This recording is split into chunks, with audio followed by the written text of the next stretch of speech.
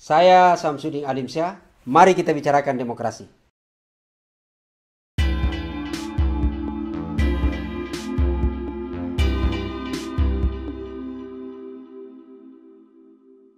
Kawan asas sekalian, edisi sebelumnya kita membahas soal artis maju caleg atau parpol membajak artis untuk maju caleg sekedar untuk mengejar bagaimana keterpenuhan elektoral syarat 4% parliamentary threshold. Itu kita sudah bahas pada edisi sebelumnya. Sekarang ini kawan asas sekalian, kita akan membahas bagaimana partai politik kekeh kemudian tetap mengajukan kadernya sebagai caleg meskipun kadernya itu sekarang ini sedang menjabat atau menduduki posisi di pemerintahan. Misalnya, yang bersangkutan sekarang ini itu menjabat sebagai menteri atau wakil menteri atau bahkan kepala daerah. Sama ketika kita membahas artis, tidak ada masalah di sana, yang bersangkutan boleh saja maju sebagai caleg selama yang bersangkutan memenuhi syarat prosedur, yaitu adalah misalnya dari sisi keilmuan, dari sisi akademik mereka terpenuhi, umur, dan yang menjadi penting mereka tidak terlibat dalam kasus korupsi. Sekali lagi, secara prosedur itu sah saja. Tapi kawan asas sekalian, harus kita melihat pada soal kepantasan.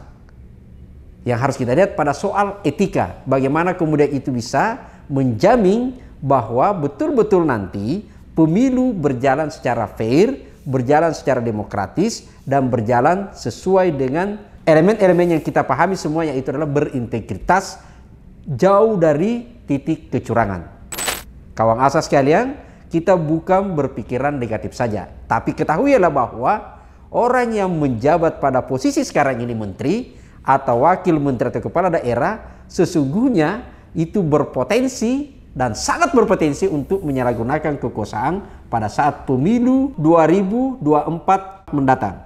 Sebagai ilustrasi saja, karena yang bersangkutan ini tidak mundur, maka seorang menteri boleh saja kemudian, dan ini justru sangat berbahaya dibanding kemudian mereka berbagi. Kalau yang selama ini kawan asa biasa banyak dikhawatirkan adalah serangan pajar gitu ya, ada amplop 100.000, 300.000 yang dibagi-bagi.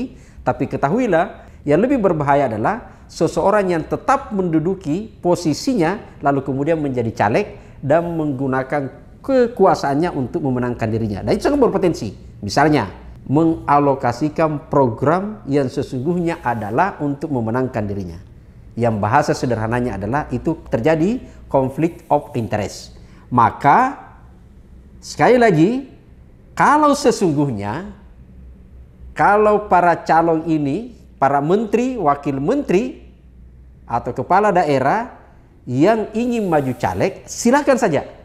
Tapi demi netralitas, kualitas dan integritas pemilu kita, maka seharusnya yang bersangkutan adalah mundur dari jabatannya sebelum pemilu. Karena bagaimanapun juga, sejatinya mereka ini adalah kontestasi yang harus terjadi fair. Saya ingin memberi satu contoh, misalnya ketika dalam pilkada, kalau ada anggota DPRD atau anggota DPR maju sebagai calon kepala daerah, maka yang bersangkutan itu adalah diwajibkan mengundurkan diri. Kenapa yang bersangkutan diwajibkan mengundurkan diri? Bukan karena sekedar formalitas saja supaya mereka punya waktu berkampanye, tapi sesungguhnya di sana adalah ada pesan yang dibawa supaya pertarungan itu fair, tidak kemudian menggunakan organ-organ kekuasaan untuk memenangkan dirinya. Dan itu sejatinya juga terjadi pada pemilu sekarang ini. Kita mencatat dari posisi yang untuk jabatan menteri saja sekarang ini itu tercatat ada 6 orang yang maju caleg. Bisa dibayangkan gitu ya. Kalau ini kemudian dalam waktu yang sisa waktu sekarang ini mereka melakukan kunjungan ke daerah-daerah, di daerah pemilihannya dan berbagi-bagi gitu ya, maka kemudian bisa kita tahu pengaruhnya seperti apa, dan itu sangat potensial terjadi. Atau ada wakil menteri sekarang tercatat misalnya ada 3 orang gitu ya, dan ada beberapa juga kepala daerah sekarang ini yang maju. Maka sekali lagi, demi kualitas pemilu, kita berharap sebenarnya adalah 2 hal.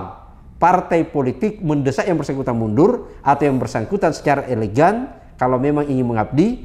Dari awal kita lihat adalah sikap kenegarawanannya untuk menyatakan sebagai petarung sejatinya yang bersangkutan mengundurkan diri pada saat sudah namanya didaftar di KPU.